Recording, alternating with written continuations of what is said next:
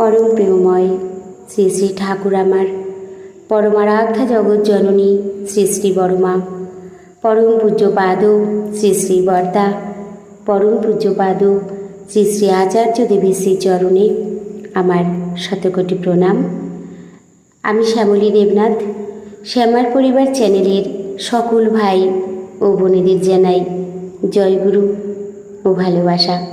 আমি শুরু করছি ইষ্ট প্রসঙ্গ আলোচনা। পরম পূজ্যপাদ শ্রী শ্রী আচার্যদেব দীক্ষাপত্র সমীক্ষার কাজের জন্য একটি দাদাকে বাইরে পাঠিয়েছিলেন।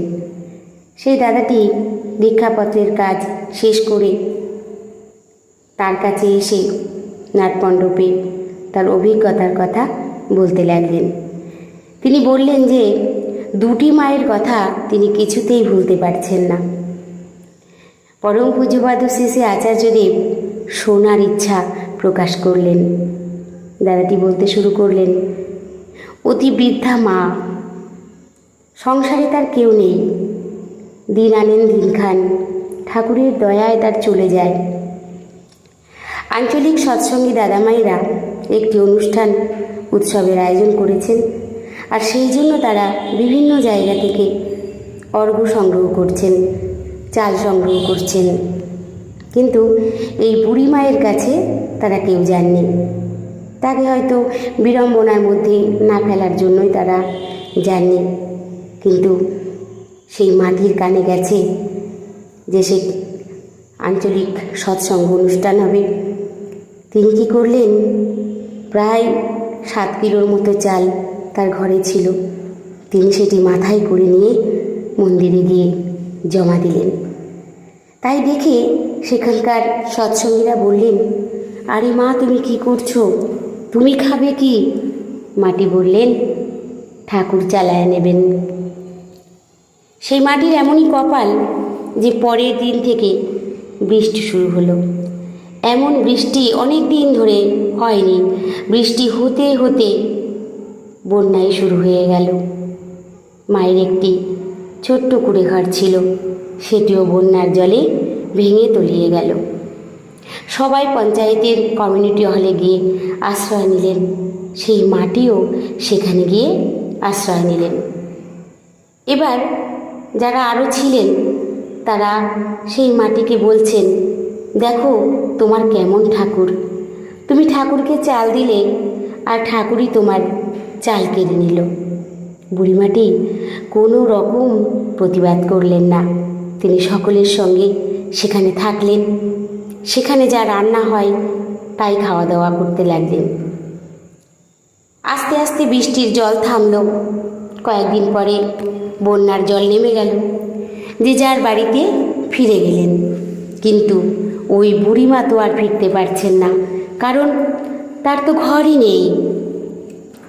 তিনি ওই কমিউনিটি হলে একাই থাকেন। তার জন্য পঞ্চায়েতের কর্মীরা রান্নাবান্না করে দেন। তারা ভাবেন যে বুড়িমা কবে এই কমিউনিটি হল ছেড়ে যাবেন, কিন্তু তারা তো তাকে কিছু বলতে পারছেন না, কারণ সেই মাটির ঘরটাই তো ভেঙে গেছে, তিনি যাবেনই বা কোথায়।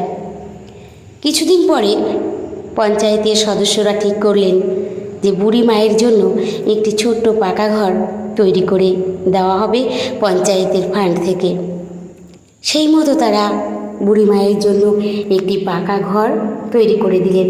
তার সাথে একটি ছোট বাথরুমও হলো। বুড়িমা তার নতুন বাড়িতে চলে গেলেন। এরপরে বুড়িমাকে আর পায় কি? এবার এই মাটি সবার ঘরে গিয়ে বলতে লাগলেন, দেখো আমার কেমন ঠাকুর, আমার কাঁচা ঘর ছিল, ঠাকুর আমাকে পাকা ঘর দিয়েছেন, তিনি আমায় পাকা ঘর দিয়েছেন। ঠাকুর সবসময়ই আমাদের দিতে চান, তিনি সকল সময় আমাদেরকে দেওয়ার জন্যই বসে আছেন। আমরা তাকে চিনতে পারি না। তার দয়া পেতে গেলে কিছু না কিছু তো করতেই হবে আমাদেরকে। ঠাকুর বলেছেন, করাই পাওয়ার জননী। যে কর্মটি করলে আমার আকাঙ্ক্ষিত জিনিস আমি পাব, সেই কর্মটাই আমরা জানি না কিভাবে করতে হয়। ঠাকুর বলেছেন, বিশ্বাস, নির্ভরতা, আত্মত্যাগ, এই 3টি বীরত্বের লক্ষণ। তাকে বিশ্বাস করতে হবে, তাকে নির্ভর করতে হবে, তার প্রতি আত্মসমর্পণ করতে হবে, সম্পূর্ণভাবে তাকে সব কিছু সঁপে দিতে হবে। আমরা সকল সময় চিন্তায় মগ্ন থাকি। আমরা সব সময় কিন্তু ভাবি যে চারিদিকে যেদিকেই তাকাচ্ছি ক্রমশ অন্ধকার লাগে।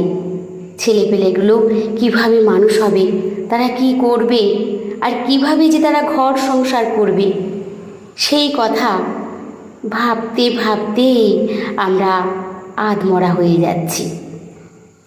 আমরা এটা ভাবছি না যে আমাদের পরম দয়াল তিনি বলেছেন, ভাবছ বসে চলবে কিসে, ভাববার তুমি কে?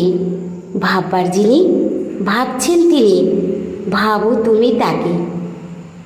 তাই আসুন আমরা প্রত্যেকে চেষ্টা করব তার নির্দেশিত পথে চলার জন্য। তিনি যেভাবে বলেছেন সেভাবে চললেই আমরা ভালো থাকব। আমার ভাবনা, আমি ভাববার কি, আমার সংসার কি আমার সংসার, এটা তারই সংসার, তারই দেওয়া সব কিছু।